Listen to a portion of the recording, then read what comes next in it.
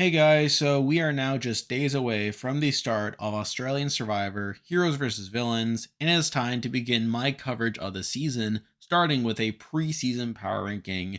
And this is obviously a bit of a weird cast in the sense that you're having a Heroes vs. Villains season, and yet over half the cast are newbies. So you're essentially labeling a whole bunch of players as being either heroes or villains before they even play the game, but whatever. And there are obviously some pretty questionable choices on the returnee side, but we'll get to those when we get to them. But there are 24 players to talk about, and let's not waste any more time. Let's get right into the video. So starting off at number 24, the player I believe has the worst chance of winning the game going into the season is Jerry, one of the newbies placed on the Heroes tribe, and I'm not feeling that confident about Jerry if I'm being honest. I mean, he is the oldest player on the cast at 62 years old, and considering that Australian Survivor is a more physically oriented game compared to other versions of Survivor, I think that could put Jerry into some trouble. And plus, even outside of that, he doesn't talk too much about strategy, so even if he were to make a deep run, I'm not entirely sure he'll be able to dominate a game or garner much respect. He doesn't talk too much about the strategic game in his bio. Plus, he mentions his favorite player is Tarzan, which say what you will about that. So on the whole, I don't feel too great about Jerry, and because of that, he is here at number 24. Now we're moving on to number 23, and we have a very similar player to get into here, but here we have Paige, another newbie on the Heroes tribe. And Paige is sort of similar to Jerry. I don't get the greatest sense that she's there to play the game. I mean, she is a Jillaroo, so she talks a lot about playing with honor and integrity. Doesn't really give off too much vibes that she'll play the game strategically. But the main reason I have her above Jerry is she is obviously younger and probably in better shape physically. So I think through that she could do well in challenges and be kept around because of that. But realistically, I don't think she's super likely to play the game well, which is why I do over here at number 23. Now we're moving on to number 22, and we actually have the first returnee to talk about. But here we have Jordy from Blood vs. Water, an obvious choice for the Villains tribe. And I think Jordy's going to have such a massive target on his back. I mean, he did just come off the most recent season. He was a pretty big character on there, and he obviously came off as a somewhat big player. So I think he's going to have a pretty big target on his back. And unlike another player we'll be talking about soon, I don't have a lot of faith that Jordy will be able to counter that. Now, the one thing I will say about Jordy is that he is on the Villains tribe, which does have a 50-50 split between returnees and newbies, while the Heroes tribe has a newbie majority on there. So I think through that, Jordy could potentially stick together with the fellow returnees on the Villains tribe and potentially survive a couple rounds because of that. But more than likely, I think he'll still be cut due to him being such a big target down the road. So I'm not feeling too great about Jordy, and that because of that, I do have him here at number 22. Now we're moving on to number 21, and we have another returnee on the Villains tribe, but here we have Steve, who is obviously one of the most questionable casting choices for this season, especially with a season like Heroes vs. Villains, with a half and half season, and then you choose Steve to be on the Villains tribe, so definitely questionable there. However, even beyond that, I don't have much faith in Steve going into it. I mean, he didn't have a very good run his first time where he was on the bottom from early on. He got in trouble for looking for idols. And while he did survive that first tribal, he was taken out soon thereafter. And I didn't really feel like he was that great of a player because of that. And I feel like coming into the season, he'll probably be similar. Now, again, he could surprise us. He could probably grow as a player. And with him being a smaller target, he could potentially skate on by through that. But at the end of the day, I don't see how he wins the game. I don't really see him garnering much respect to where I could see him being dragged to the end, assuming he's not an early boot. However, I do think compared to Jordy, I think he's a bit more likely to make it deeper into the game. So because of that, I do have him here at number 21. Now we're moving on to number 20, and we're going back to the newbie side of things. But here we have Sarah. And I think Sarah is someone that could go either way. She is a semi-professional rugby player, so I assume she'll be pretty good physically. However, she comes off as very cold. I mean, I don't get the best sense of her looking at her cast photo. She's also a model and has a bit of a reputation for sabotaging her fellow competitors. However, I just don't get the best sense that she'll do well socially to where I could see her getting on people's nerves. I could see her being targeted early because of that.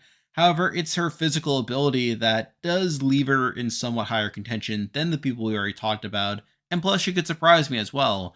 But as it is, I'm not feeling too great about Sarah going into the season. So because of that, I do have her here at number 20. Now we're moving on to number 19, and we're going back to the returnee side of things. And here we have definitely one of the biggest names coming into the season. But here we have George from Brains versus Brawn.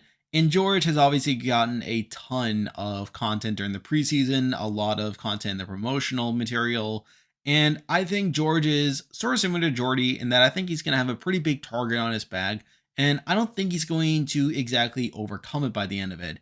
However, the main thing I'll say about George is I think he definitely has a better ability to potentially get around it than Jordy, to where I could see him skating on by during a lot of these early rounds. I could see him being like a Sandra from last season, where I could see him being ingratiated within a majority group early on, especially with the Villains tribe having this 50-50 split. I could see him trying to rally together a lot of the returnees on his tribe to stick together during his early votes. I could also see people keeping him around as a shield early on. But if I'm being honest, I still think his target will eventually catch up to him, to where by the swap, I just could see him being sniped out of the game at that point. So at the end of the day, I don't think George is going to do well in this game either, but I do have a bit more faith in George to get through some of those early rounds compared to someone like a Jordy. So because of that, I do have him here at number 19. Now we're moving on to number 18, and we have another returnee that I think will also have a pretty big target on his back later on in the game. But here we have Sean from Champions vs. Contenders 2. And I think Sean will definitely have a similar route to how he did last time, where he'll probably do well early on due to him being physically strong, but by the merge will probably be targeted due to him being such a big physical threat. Now, the reason I have him above George and Jordy is I think he'll at least make it to the merge because of his physical strength, to where Jordy and George are going more so off reputation. But I still think Sean will eventually run into him having such a big target. I don't think he'll be able to lower his threat level per se, and I think he'll be taken out because of that. So I don't think Sean is a super likely winner either, but I do have at least more faith in him to make a deeper run. So because of that, I do have him here on number 18. Now we're moving on to number 17, and we actually have a similar figure to Sean, but we're actually jumping over to the newbie side. But here we have David, a former AFL player, and I think David will be interesting coming into it. Now, he does talk in his bio about how he's a big fan of Survivor and how he's been watching it for a long time. So I think that is something that I'll give him. And I think he could potentially navigate the game because of that.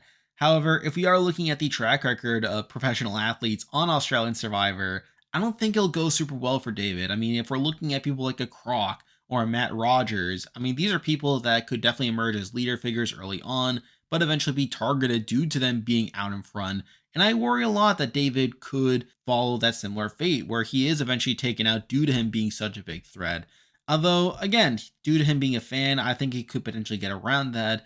But since we don't have too much information on him, I had to go off of based on what we know from people in his archetype, which is that he'll probably be taken out later on in the game. So again, I think there's some upside there, but I still think there's such a big risk of him being targeted that I had to leave him here at number 17. Now we're moving on to number 16, and we have someone who's a bit more high variance, and I could see this person going either way, although I definitely have some question marks with them. But here we have Anjali, I think that's her name. But Anjali is pretty interesting as she is a bit on the older side. She is 48 years old coming into it. And she does talk in her bio about how she's worried about the physical side of the game, which I do think could be a hindrance to her early on. I do worry that she could be an early target due to her being a physical weakness.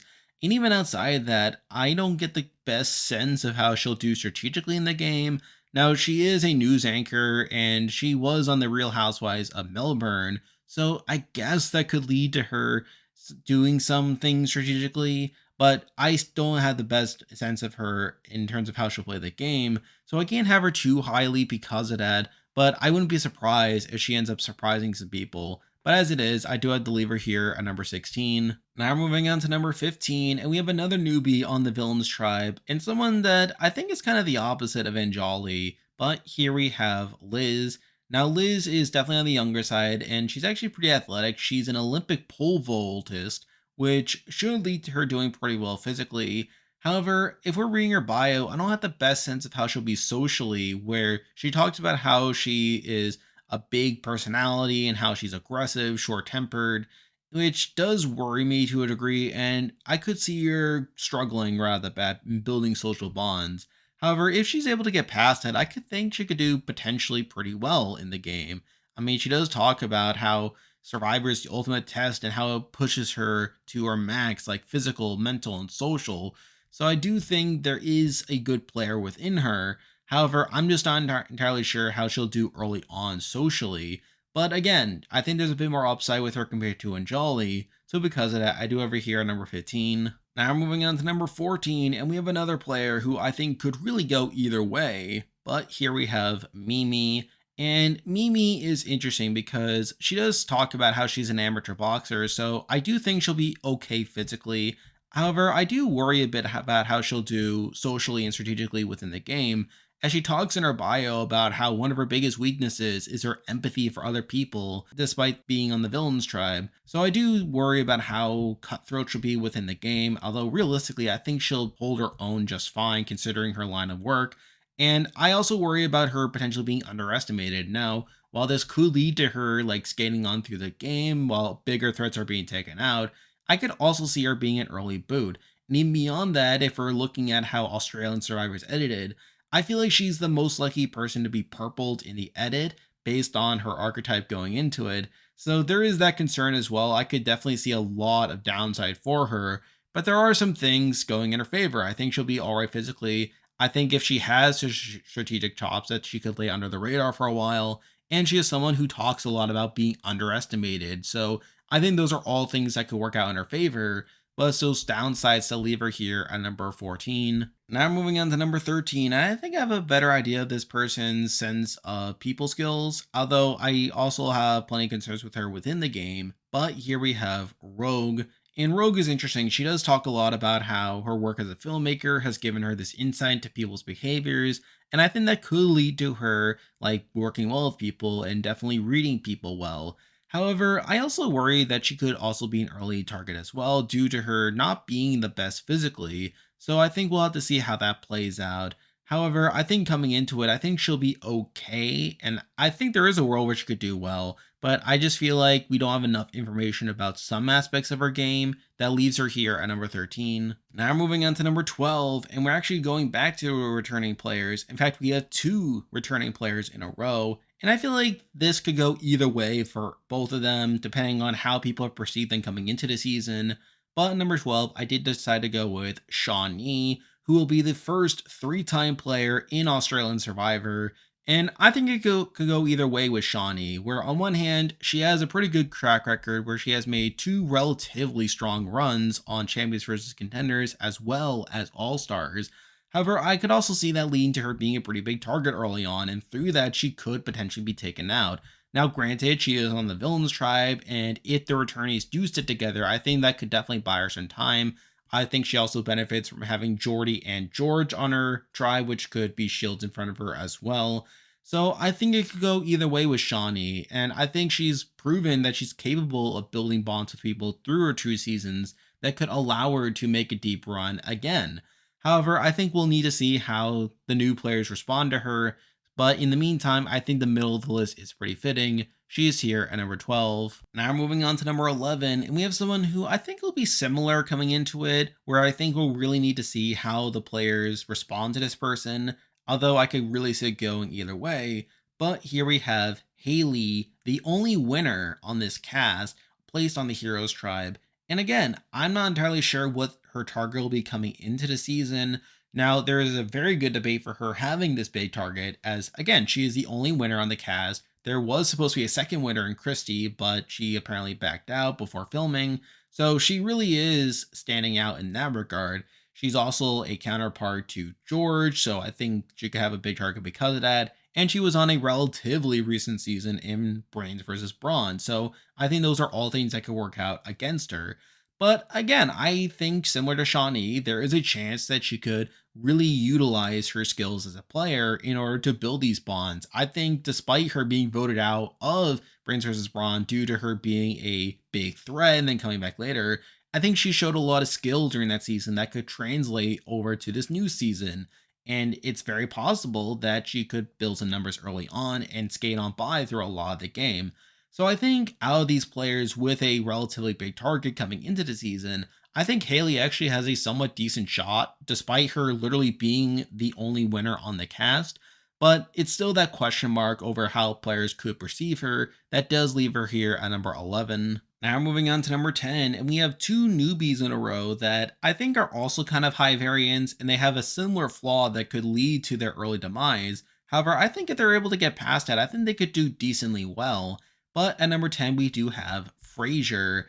And I think Fraser could come off as a bit sketchy to some people early on. I mean, just looking at his cast photo, I mean, he does seem a bit schemy. And given his line of work as a real estate agent, I think that could really go against him early on in the game. However, I think if he's able to get past that and build some decent bonds, I think he could make a deep run. I think he is someone who definitely has a good strategic mind for the game, or at least coming into it. And I think he is someone who, again, if he's able to find his allies, I think he could reasonably be a leader for his group. Now, again, he could also be targeted early, which is why I don't have him super high on the list. But again, it's that potential upside that leaves him a bit higher in the list. And because of that, he is here at number 10. Now moving on to number 9, and we have another similar player, although I think this player is a bit more upside coming into it. But here we have Michael, and I think Michael has a similar issue with Fraser in that he could come off as a bit sketchy early on. I mean, he is a journalist, and I could see people perceiving him as, again, a bit schemy, a bit sketchy, and through that, he could be an early target. However, I think we have more evidence of Michael being a fan of the show compared to Fraser, and I think through that he could potentially navigate the game a bit better compared to Fraser.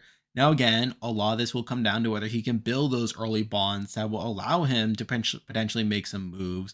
But if he's able to do so, I think he could do reasonably well. But as it stands, we'll have to see how it works out for him. So because of that, I do have him here at number 9. Now moving on to number 8, and we have a player who I think could do decently well. And I actually had this person a couple spots higher before recording this list. But after thinking about it, I'm not entirely sure. But here we have Nina Twine from Blood vs. Water.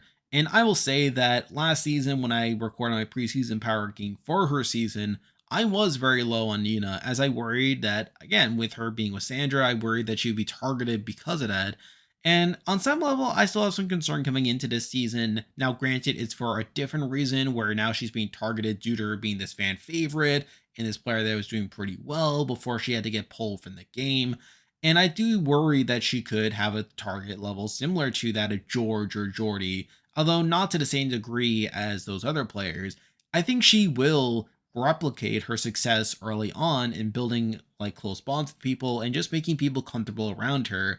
Now, within that, I do worry that she'll still become a relatively big target later on in the game, but I do think she'll do relatively well early on. However, it's just a matter of whether she can actually get towards the end of the game. That does make me hesitate a little bit, but I still think she'll do relatively well coming into the season. So because of that, I do have her here at number 8. Now moving on to number 7, and this person is another person that I kind of went back and forth on, but I am willing to give them the benefit of the doubt. But here we have Matt, and I think there is some reason to put this person lower on the list. I mean, he does talk about being trustworthy and loyal, like sort of similar to what Paige was talking about in her bio. However, he does also talk about playing the game, finding idols, making blindsides, that sort of thing. So I think there is at least a desire to do so. Now, whether he actually follows up on it, we'll have to see.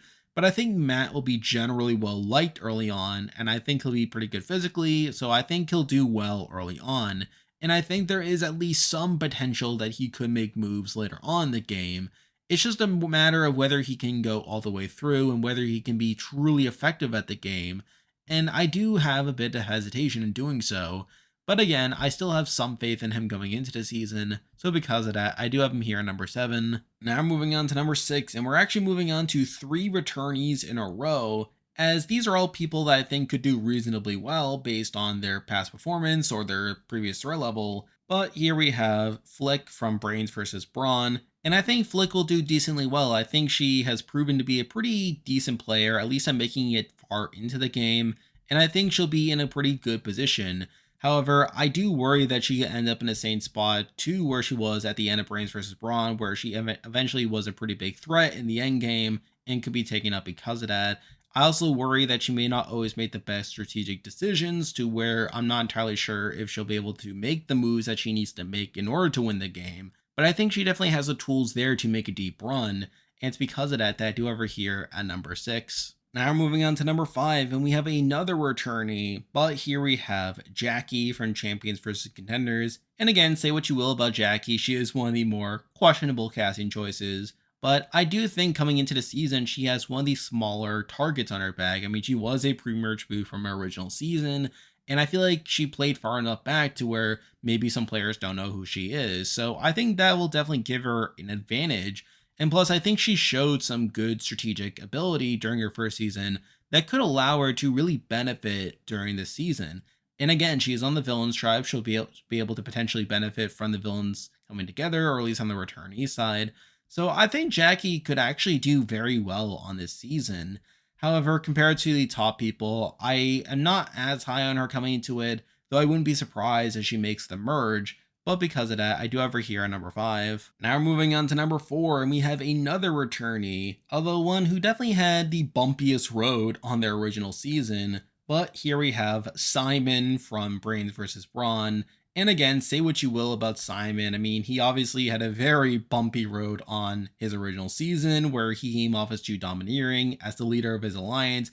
And of course, he got voted out with 2 idols in his pocket. Again, not good at all. But I think Simon is still someone who I think showed some good ability during his season. And plus, he is a super fan. He is someone who I think will adapt to the new season and probably learn from his mistakes his last time. And through that, I think he could do very well on this season. And I think through him being voted out with 2 idols in his pocket and coming off as a bit bombastic, that people could be underestimating him coming into the season. And I think that's something that could very well play into his favor. However, the main reason I don't have him higher is I do worry he could still come off as a big threat if he is able to play an effective game. As again, he is a pretty big guy, he could win a lot of challenges. So I do think there's still that downside for him, but I think he is still someone who has a lot of ability and potential coming into a future season.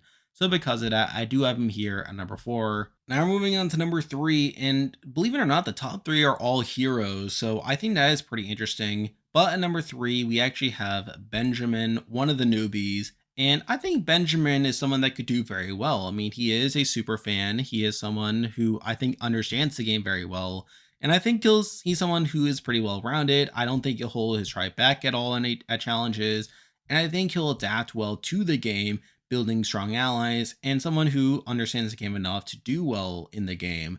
So I think Benjamin is someone who I would be naturally high on coming into the season. Now, whether it'll play out, we'll have to see. But I am feeling pretty good about Benjamin coming into the season, and because of that, I do have him here at number 3. Now moving on to number 2, and we actually have the highest ranked returnee on the board, but here we have Sam Webb from 2016. And I think out of everyone on here, Sam Webb is probably the one coming in with the smallest target on his back. I mean, he is someone who played all the way back on the first season of the reboot, so there's a very small chance people will remember him, especially considering the fact that he wasn't even a big character on that season, despite getting all the way to the final 6. And I think he is a very capable player. I think he is someone who is coming in with a small target and will probably surprise a lot of people on the season. So I think he is someone who is set up pretty well to do well on this season. And again, I wouldn't be surprised if he ends up making a deep run across this game. But again, I'm not entirely sure how he'll stack up compared to the number 1 person. And I feel like there's still a concern that he may not be the best player, that he could eventually become a target later on due to him being a returnee, which is why I do have him here at number 2. And now at number 1, my winner pick going into Australian Survivor Heroes vs. Villains is Shawnee, a newbie on the Heroes tribe.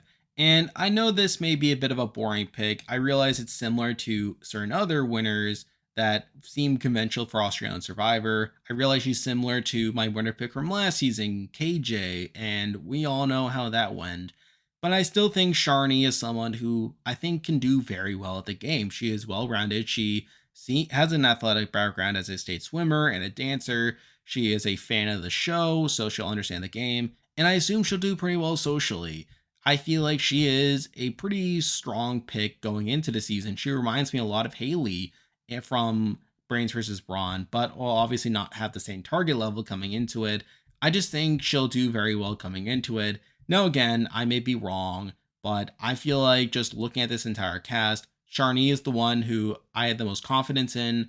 I feel like she's the one that reminds me the most of other previous Australian Survivor winners like Pia from Champions vs. Contenders 2, as well as, well, Haley from Brains vs. Brawn. So I think it's all those things that lead me to think she'll do very well. And because of that, she is my winner pick coming into Australian Survivor. And there we go, that will do it for this week's video. If you like this content, be sure to like and subscribe, it really helps out with the channel. Now, I will be updating these power rankings weekly once the season starts, so you can stay tuned for that. I am making other content related to Survivor and other shows moving forward, so you can stay tuned for that as well. And if you haven't already, be sure to join my Discord server, which I'll leave a link to join in the description. There's a lot of stuff coming your way, but for now, that's the video. See ya.